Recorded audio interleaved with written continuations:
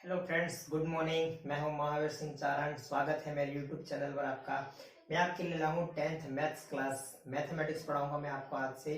तो ज़्यादा से ज़्यादा शेयर कीजिए चैनल को, सब तक 10th के बच्चों तक पहुंचाइए। चैनल को सब्सक्राइब कीजिए, लाइक कीजिए, ज़्यादा से ज़्यादा शेयर कीजिए। आपको मैं पूरा कोर्स कराऊंगा। मैं आज से फर्स्ट क्लास है, आज मेरी इंट्रोडक्शन क्लास है आज से। तो आज से मैं स्टार्ट करूंगा। आज इंट्रोडक्शन के लिए आया हूँ, सिर्फ 10-15 मिनट इंट्रोडक्शन करेंगे, थोड़ा बहुत जान लेंगे चैप्टर के बारे में, फिर स्टार्ट करेंगे। तो बच्चों तक पहुंचाइए, ज्यादा से ज्यादा शेयर कीजिए, आराम से पढ़िए, कोई दिक्कत नहीं। एग्जाम में टाइम है, आपको पूरा कोर्स करवा दूंगा। तो चलिए वीडियो को शुरू करते हैं, स्टार्ट करते हैं अपन यहाँ से। आज से चैप्टर से नया चैप्टर लेते हैं। आज फर्स्ट चैप्टर श्री गणेशाई करते हैं आज। तो चलिए स्टार्ट करते हैं चैप्टर को। स्टार्ट करते हैं क्लास 10 मैथ्स। क्लास 10 की मैथ्स शुरू करते हैं आज से। तो आज चैप्टर आपका थर्ड चैप्टर है बहुपद। बहुपद करके चैप्टर है, अपन आज स्टार्ट करते हैं। आज स्टार्ट करते हैं बहुपद चैप्टर से। तो सबसे पहले जानते हैं कि बहुपद होता क्या है। बहुपद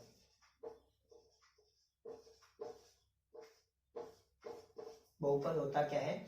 तो फ्रेंड्स, चर, अक्षर और घात वाले जो बीज गणितीय व्यंजक होते हैं वो उन्हें बहुपद के नाम से जानते हैं। जैसे कि एग्जांपल के थ्रू समझाऊंगा मैं। जैसे कि चर, अक्षर एंड घात वाले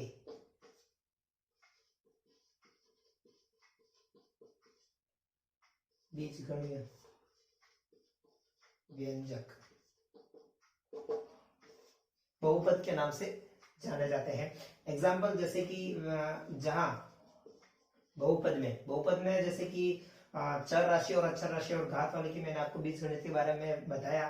जैसे कि जहां पर चर राशियां जैसे कि ए बी सी, ये अपने यहाँ पर बहुपद में चार राशियां होंगी। और अक्षर राशियां यहाँ पर होंगी एक्स और एक्स स्क्वायर के फॉर्म में।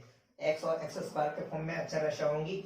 और जैसे कि एग्जाम्पल के थ्रू समझते हैं कि बहुपद ये चर और अक्षर घात दी हुई है, इससे कैसे पहचाने हम ये बहुपद है कि नहीं। तो जैसे कोई भी हो सकता है, 2x स्क्वायर के फॉर्म में भी हो सकता है ये घात, जिसमें ये घात आ गई, ये बहुपद है। इस फॉर्म में भी हो सकता है A square plus B X plus C is equal to 0, इस फॉर्म में भी बहुपद हो सकता है। ए एक्स प्लस बी इस फॉर्म में भी हो सकता है। A X cube plus B X square plus C X plus D is equal to 0, ये त्रिघात समीकरण के रूप में भी हो सकता है। तो ये होता है बहुपद। बहुपद क्या होता है? चर, अक्षर एंड घात वाले बीजगणित जो व्यंजक होते हैं उसे बहुपद कहते हैं। एग्जांपल की तरह में 2x स्क्वायर, इस घात वाले समीकरण, ये एक घात भी हो सकता है, दो घात भी हो सकता है, त्रिघात भी हो सकता है, कुछ भी हो सकता है। तो अब नेक्स्ट पढ़ते हैं हम इसके बहुपद के गुणांक। बहुपद के गुणांक, बहुपद गुणांक। वीडियो को पॉज करके आप इसे नोट्स भी बना सकते हैं आराम से, लिख सकते हैं आराम से, या साथ में लिखते भी जा सकते हैं। तो चलो बहुपद के गुणांक जैसे कि क्या हो सकते हैं। कोई भी एक इक्वेशन लिखता हूं मैं, 4x square plus 3x plus 5 is equal to 0। ये जैसे कि कोई द्विघात समीकरण है। अब इसके बहुपद के गुणांक क्या क्या हो सकते हैं। जैसे कि यहाँ पर एक्स स्क्वायर दिया हुआ है, ये एक्स दिया हुआ है और एक अक्षर राशि दी हुई है। जैसे कि एक्स स्क्वायर का गुणांक, आज तो सिर्फ इंट्रोडक्शन क्लास है, कल से हम आराम से क्वेश्चन वाइज करते जाएंगे। तो एक्स स्क्वायर का गुणांक, उसके बाद एक्स का गुणांक, उसके बाद जैसे कि ये घात 2 है, यहाँ पर कोई घात नहीं, एक घात, और यहाँ पर x है ही नहीं तो यहाँ पर 0, तो इसका ये घात अक्षर राशि का गुणांक भी लिख सकते हैं। तो यहाँ पर एक्स स्क्वायर का गुणांक क्या होगा? 4, x का गुणांक 3, x 0, अक्षर राशि 5। तो ये गुणांक के फॉर्म में होते हैं, जिसे आप इक्वेशन को देखते ही उसे जल्दी से पहचान लेंगे। तो एक इक्वेशन और लिखता हूं मैं, इससे आपको अच्छे से समझ आएगा। एक बड़ी इक्वेशन लिखता हूं अच्छे से, पी क्यू के फॉर्म में, जैसे कि 4p cube plus 6p square plus 3p plus 4 is equal to 0। इस फॉर्म में लिखी हुई। यहां से अपन अब गुणांक कैसे, जैसे कि यहाँ पे आएगा p का गुणांक। p का गुणांक क्या है, p क्यूब का गुणांक, p क्यूब का गुणांक क्या है 4, p स्क्वायर का गुणांक क्या है यहाँ पर 6, p का गुणांक क्या है यहाँ पर 3, और अचर राशि जैसे कि 1 2 यहाँ पे 3 2 या 1 और लास्ट p 0 क्या है 4। इस फॉर्म में हो सकता है। जैसे कि कोई एक एग्जांपल यहाँ पर 3 नहीं होता तो यहाँ पर p का गुणांक क्या होता, तो यहाँ पर कोई नहीं है तो 1 होगा। जैसे कि यहाँ पर कुछ नहीं है तो आगे 1 होगा। अपन ने यहाँ पर 3 लिखा था तो यहाँ पर 30 का गुणांक 3 हो गया था।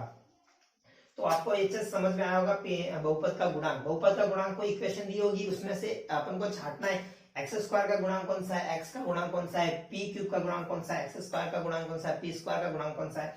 इस तरह से अपन को छांटना है। इसके बाद आएगा अपने गुणांक के बाद आएगा बहुपद की घात।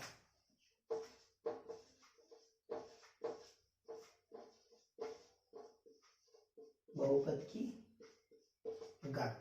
अब बहुपद की घात कैसे कहते हैं, तो दोस्तों जैसे कि कोई इक्वेशन है, कोई इक्वेशन दे रखी होगी आपकी, सबसे बड़ी घात उसकी, सबसे बड़ी घात, सबसे बड़ी घात ही बहुपद की घात कहलाएगी, वो सबसे बड़ी घात। जैसे कि इक्वेशन है कोई 4x स्क्वायर, स्क्वायर नहीं लिखते हैं यहाँ पर, 4x cube plus 3x square plus 4x plus 3 is equal to 0। कोई भी एक इक्वेशन है तो इसमें सबसे बड़ी घात कौन सी है, अपन को सबसे बड़ी घात कौन सी है 3। सबसे बड़ी घात यहाँ पर 3 ही दिखाई दे रही है, यहाँ पर 2 1 0, यहाँ पर सबसे बड़ी घात कौन सी है 4x क्यूब की 3 है। तो ये ही बहुपद की घात कहलाती है अपने। जैसे कि यहाँ बहुपद की घात पूछा है तो सबसे बड़ी घात, इक्वेशन में सबसे बड़ी घात कौन सी है, वही अपने बहुपद की सबसे बड़ी घात होती है, वही बहुपद की घात कहलाती है। तो इसके आगे मैं आपको टाइप बताऊंगा इसकी, इससे आपको अच्छे से समझ में आएगा। देख लीजिए आगे इसके टाइप बताऊंगा मैं बहुपद का, जैसे कि प्रकार।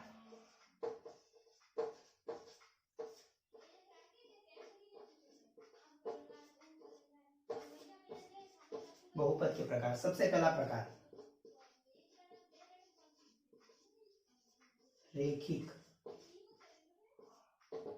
रेखिक, अब रेखिक बहुपद क्या होता है, तो सबसे पहले मैं आपको क्लास के स्टार्ट में बताया था, इक्वेशन बताई थी ax प्लस बी के फॉर्म में। तो ये इसकी घात कितनी है, मैंने अभी बताया था बहुपद की घात में सबसे बड़ी घात ही बहुपद की घात होती है। तो यहाँ कुछ नहीं है तो इसकी घात 1 है, तो ये रेखिक बहुपद हुआ, मतलब एक घात वाला बहुपद,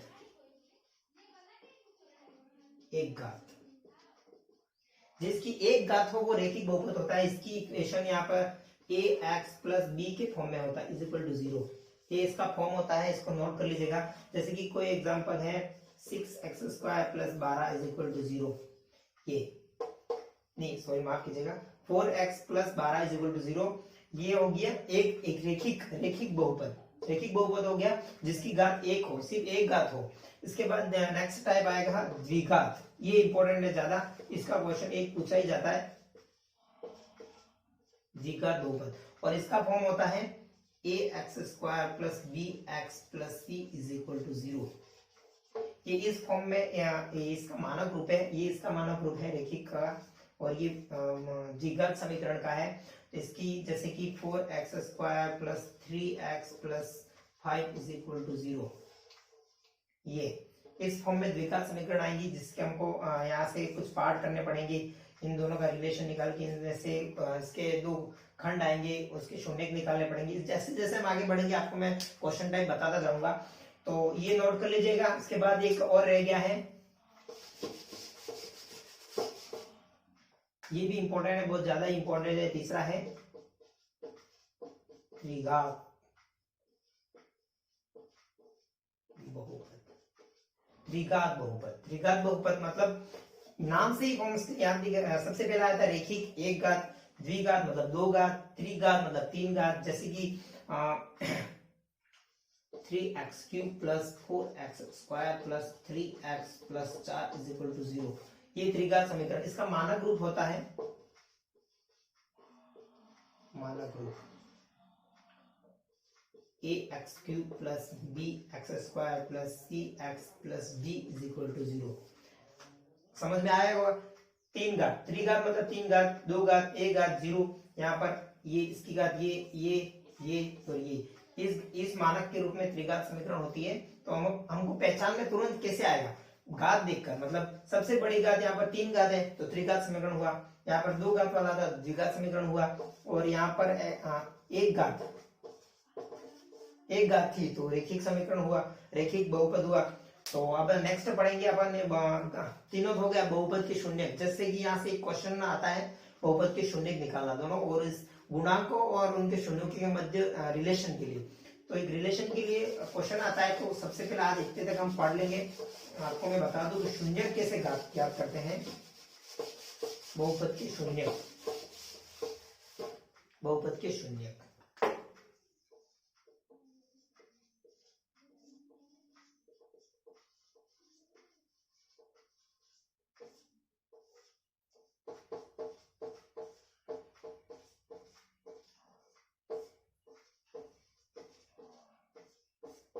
रैखिक बहुपद, रैखिक बहुपद के शून्य मतलब अभी इक्वेशन बताई थी मैंने, ax plus b is equal to 0, इस फॉर्म में इक्वेशन मिलेगी अपन को। यहाँ से अपन को शून्य निकालना पड़ेगा। शून्य कैसे ज्ञात करते हैं, मतलब दोनों का संबंध left side and right side same equation आनी चाहिए। शून्य मतलब 0 के फॉर्म में आनी चाहिए। जैसे कि कोई इक्वेशन लेते हैं 6x² 6x plus 12 is equal to 0, square नहीं है, ये इस फॉर्म में आ गई तो ये रैखिक अपन देखते ही पता चल जाएगा कि ये रैखिक है। 6x plus 12 is equal to 0। अब इस इक्वेशन को सॉल्व कीजिए, x बराबर इस 6x बराबर इस 12 को उस तरफ भेज दीजिए, -12 हो जाएगा। x बराबर -12, ये 6 गुणांक है तो गुणे में तो नीचे जाके बटे में हो जाएगा। 6 से ही 2 बार कट गया तो ये आ गई -2, तो x की वैल्यू आ गई -2। अब इस x की वैल्यू को इस x की जगह रखिए, 6 - 2 प्लस 12 इज इक्वल टू 0। तो 6 इंटू -2 करेंगे तो यहाँ आ जाएगा -12 प्लस 12 इज इक्वल टू 0। ये 12 से ये 12 कट गया, -12 प्लस 12 0 हो जाता है, तो 0 इक्वल टू 0, ये अपना शून्य आ गया। इक्वेशन सेम आनी चाहिए, अपना ये रैखिक बहुपद का शून्य है। तो आपको ये अच्छे से समझ में आएगा। नीचे में एक बार फिर रिपीट कर लीजिए। इस फॉर्म में इक्वेशन होती है ax plus b is equal to 0। कोई भी क्वेश्चन आएगा 6x plus 12 is equal to 0, ये नहीं आएगा, कोई भी इस फॉर्म में आएगा, इस फॉर्म में आएगा और अपन बहुपद के शून्य पूछ लेगा वो। तो सबसे पहले आपको क्या करना है, इस फॉर्म में आएगा तो सबसे पहले x की वैल्यू निकालिए क्या आती है, या फिर यहाँ से इक्वेशन थोड़ी बड़ी हो मतलब तो उसके कोई कॉमन भी निकल सकता है, कॉमन निकाल के भी कर सकते हैं अपन। तो यहाँ से x की वैल्यू निकाली, x की वैल्यू -2 आई, x की वैल्यू यहाँ पर x की जगह रखी, 6x यहाँ पे रखा, ये रहा -2 प्लस 12 इज इक्वल टू 0। यहाँ से सॉल्व किया, 0 इक्वल टू 0, ये आ गया समझ में। अब नेक्स्ट पढ़ेंगे द्विघात समीकरण। और एक आपको नोट में मैं बता दूं, जैसे कि आपने समझ लिया रैखिक बहुपद का, तो ये नोट में लिख देना, बहुपद की संख्या उसकी उच्चतम घात के बराबर होती। इस लाइन को समझ में आया आपको? बहुपद की संख्या उसकी उच्चतम घात के बराबर होती है। अभी मैंने आपको बताया था रैखिक ax plus b is equal to 0। बहुपद की घात क्या है, एक, अपने शून्य कितने आए थे, एक ही आया था, 0 इक्वल टू 0। ये यहां बता रहा है बहुपद की संख्या उसकी उच्चतम घात के बराबर होती है। मतलब जैसे कि यहाँ बहुपद की घात 1 है तो बहुपद की संख्या 1 ही आएगी। जैसे कि कोई equation x² plus bx plus c is equal to 0 इस फॉर्म में है, तो बहुपद की घात क्या, 2, तो इसके शून्य कितने आएंगे, 2 आएंगे। इसके शून्य x², ये इसकी घात 2 है, 2 घात मतलब 2 शून्य आएंगे, 3 घात, 3 शून्य, 4 घात, 4 शून्य, बहुपद की संख्या उसकी उच्चतम घात के बराबर होती है। ये नोट में लिख देना। आपको कोई भी क्वेश्चन आएगा, जैसे कि वो क्वेश्चन पूछ लिया एक्स स्क्वायर प्लस 20, किसी भी कोई इक्वेशन पूछ ली, उसके शून्य पूछ लिया, आपको कैसे पता पड़ेगा इसकी कितने शून्य आएंगे? तो इसकी सबसे बड़ी घात देख लीजिए, इतने शून्य आएंगे।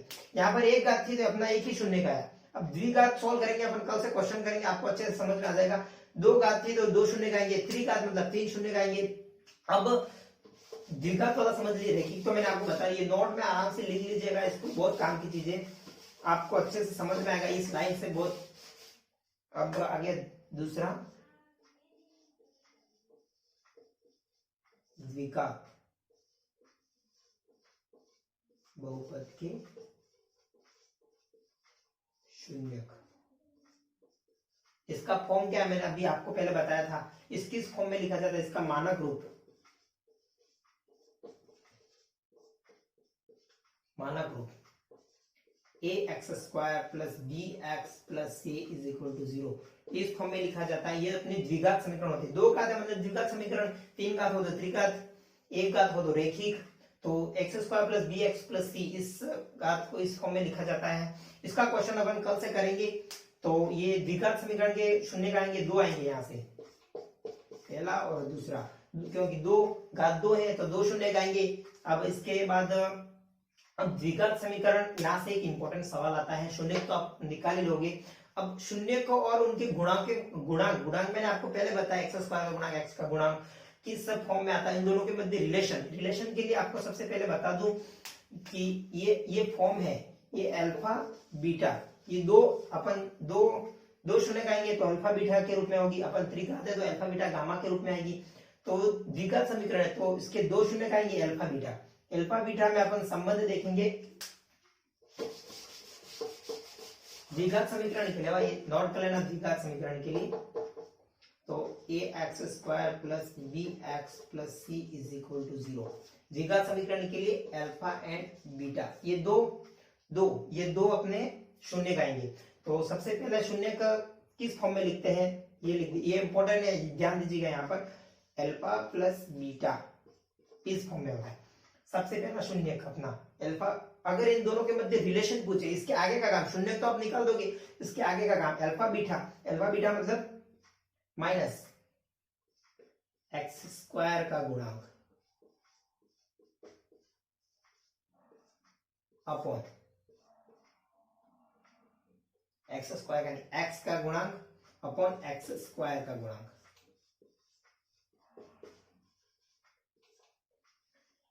एक्स का गुणांक अपॉन एक्स स्क्वायर का गुणांक। तो अपन यहां से एक्स का गुणांक कौन सा है, यहाँ पे एक्स का गुणांक कौन सा है, बी। मैंने आपको पहले ही बताया था, इसके 2 मिनट पहले क्लास स्टार्टिंग में, कि गुणांक बताए थे मैंने आपको। एक्स स्क्वायर का गुणांक कौन सा है, एक्स का गुणांक कौन सा है, ये आगे वाला जो यहाँ पे जो भी संख्या होगी उसका गुणांक होगा। तो यहाँ एक्स का गुणांक कौन सा है, तो अपन इस सूत्र के फॉर्म में लिखेंगे, ये एक्स का गुणांक minus B upon X square का गुणांक ए। ये फॉर्मूला याद रखना आपको, आगे बहुत ही काम आएगा, इसको रट लेना, आराम से समझ लेना इसको अच्छे से। इस फॉर्म में alpha plus beta minus x का गुणांक अपॉन एक्स स्क्वायर का गुणांक, ये सूत्र यहाँ से माइनस बी अपॉन ए। अब दूसरा होता है alpha into beta, alpha into beta, ये प्लस में था, ये इंटू में है, तो यहाँ क्या आएगा अल्फा बीटा में, पॉजिटिव में तो देख लिया एक्स का गुणांक अपॉन एक्स स्क्वायर का गुणांक, तो यहाँ आएगा अक्षर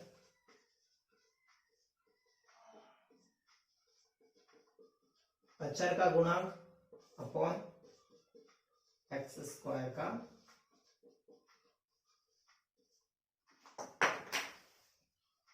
अक्षर का गुणांक अपॉन एक्स स्क्वायर का। अक्षर क्या होता है, ये जो ना तो इसके साथ एक्स होगा ना एक्स स्क्वायर होगा, कुछ नहीं, खाली पॉकेट, कुछ भी हो सकता है। यहाँ पे 5, 6, 7, 1000, 10,000 खाली संख्या होगी, वो अक्षर मतलब अक्षर क्या है यहाँ पे सी। अभी अपन सी फॉर्मूले के रूप में लिख रहे हैं, क्वेश्चन आएगा तब आप आराम से इसको याद कर लीजिएगा, कल मैं इसका क्वेश्चन कराऊंगा।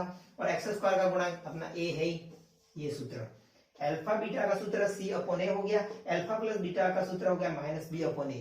तो ये आपको समझ में आ गया, ये था द्विघात समीकरण के लिए। ऐसा कैसा त्रिघात समीकरण के लिए भी होता है, ऐसा कैसा अपन इसको आज ही कर लेते हैं, आज इसको कंप्लीट कर देंगे, कल इसके क्वेश्चन कराएंगे आराम से। तो ये द्विघात का था, इससे आप समझ लेना, कॉपी में लिख लेना आराम से।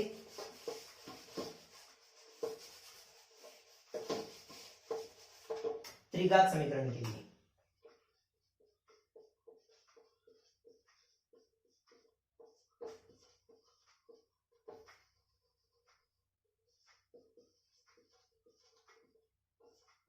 त्रिघात बहुपद, इसका फॉर्म आपको याद हो ही चुका होगा, ए एक्स क्यूब। त्रिघात मतलब तीन घात, स्टार्टिंग में तीन घात से होगी, यहाँ जरूरी नहीं यहीं पे तीन घात हो, समीकरण उलट पुलट भी हो सकती है, बीच में हो सकता है एक्स स्क्वायर आगे हो सकता है, लेकिन त्रिघात पूछा है वो समीकरण तीन घात का ही होगा। A X square plus B X square plus C X plus D is equal to 0।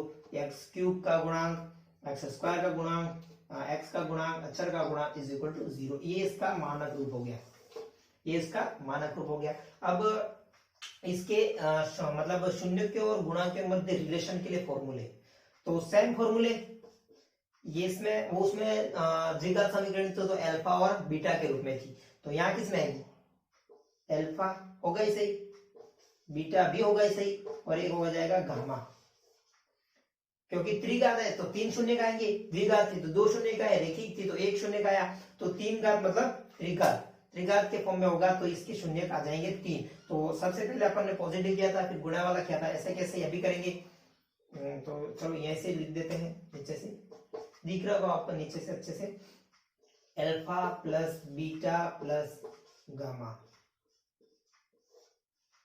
Alpha plus beta plus gamma is equal to क्या आएगा, जो द्विघात समीकरण में आपने लिखा था x माइनस एक्स का गुणांक अपॉन एक्स स्क्वायर का गुणांक, सेम टू सेम, कुछ नहीं करना है अपन को, माइनस एक्स का गुणांक अपॉन एक्स स्क्वायर का गुणांक, क्या आ जाएगा माइनस बी अपॉन ए, जो अपने पहले ही पढ़ा था, तो यह एक्स स्क्वायर का गुणांक आएगा, एक्स स्क्वायर का गुणांक अपॉन एक्स क्यूब का गुणांक, क्योंकि त्रिघात समीकरण है, आराम से इसको समझिएगा। तो चलो आज यहीं तक करते हैं, कल इसके बाद 2 स्टेप और मैं आपको बताऊंगा। तो चलिए दोस्तों, ज्यादा से ज्यादा चैनल को लाइक कीजिए, शेयर कीजिए, सब्सक्राइब कीजिए, और अभी तक आप नए हो यूट्यूब पर तो मेरे चैनल को सब्सक्राइब कर दीजिए और लाइक कर दीजिए, और बेल आइकन को प्रेस करना मत भूलना, आपको नए वीडियो के लिए नोटिफिकेशन मिलती रहेगी। तो चलो आज के लिए बाय, इतना ही करते हैं, कल इसके क्वेश्चन और जो इसके 2 स्टेप बाकी है इसके अलावा वो मैं आपको बता दूंगा। तो चलिए बाय, कल मिलते हैं, बाय बाय।